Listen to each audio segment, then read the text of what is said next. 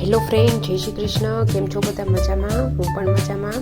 તો આજે રેડી થવા આવવાના છે અંજલિબેન, જેને 31st પાર્ટીમાં જવાનું છે. આપણું સેટઅપ રેડી છે. તો થોડી વારમાં અંજલિબેન આવે એટલે આપણે રેડી કરવાનું ચાલુ કરી દઈએ. તો અંજલિબેન આવી ગયા છે. તેને આપણે સ્કીનમાં મોઇશ્ચરાઇઝર લગાવ્યું છે. આ છે પ્રાઇમર, જે સ્કીનને એકદમ ગ્લોસી અને ન્યૂડ રાખે છે. તેના પછી મેં એક લિપસ્ટિકનો શેડ લીધો છે ડાર્ક સર્કલને કવર કરવા માટે, તો તે લોંગ લાસ્ટિક રહે છે.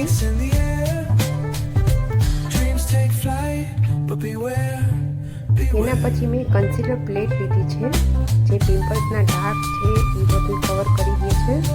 તેનાથી પિમ્પલ્સના ડાર્ક કે કંઈ દેખાતું નથી. તેને એકદમ મર્જ કરી દેવાનું.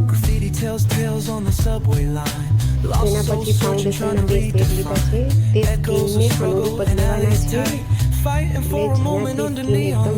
જેનાથી સ્કીન એકદમ ન્યૂડ રાખે છે.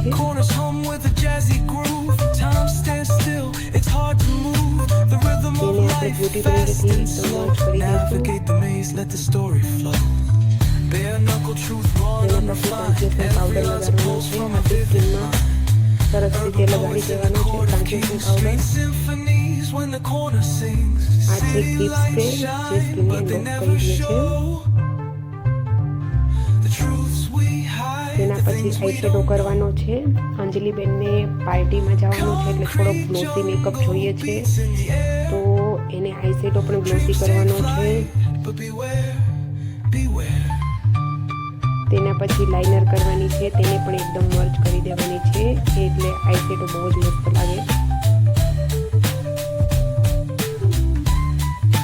તેના પછી લેસીસ લગાવી છે.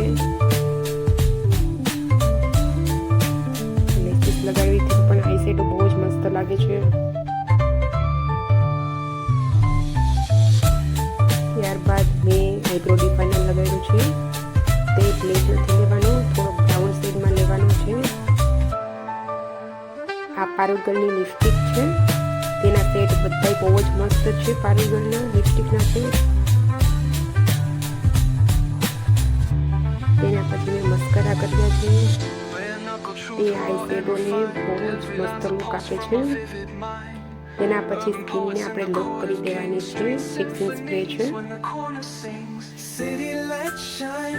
હવે આપણે હેરસ્ટાઈલ કરવાની છે, તો તેના માટે મેં ગ્રીન પિન કર્યું છે. એને થોડું બાઉન્સી જોઈએ છે. આ કેટુપીનું કર્લ્સ મશીન છે, તો આ હમણાં નવું લોન્ચ થયું છે. તેનાથી કર્લ્સ એકદમ લોંગ લાસ્ટિક રહે છે અને કર્લ્સ પણ સારા દેખાય છે. આ કેટુપીનું ડ્રાયર મશીન છે. એને થોડુંક બાઉન્સી જોઈએ છે, એટલે ડ્રાયર મશીનનો ઉપયોગ કરું છું. હું બધા મશીન કેટુપીના જ યુઝ કરું છું. કેટુપીના મશીન બહુ જ મસ્ત આવે છે. ડ્રાયર મશીન પણ બહુ જ મસ્ત છે.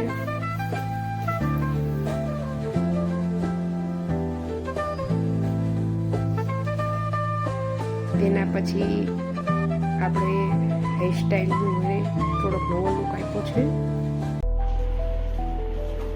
તો અંજલિબેન, તમે પાર્ટી માટે રેડી છો, તો તમને આ લુક કેવું લાગ્યું? બહુ એટલે બહુ જ સરસ. મને તમારું કર્યું છે એ બહુ સરસ લાગ્યું છે.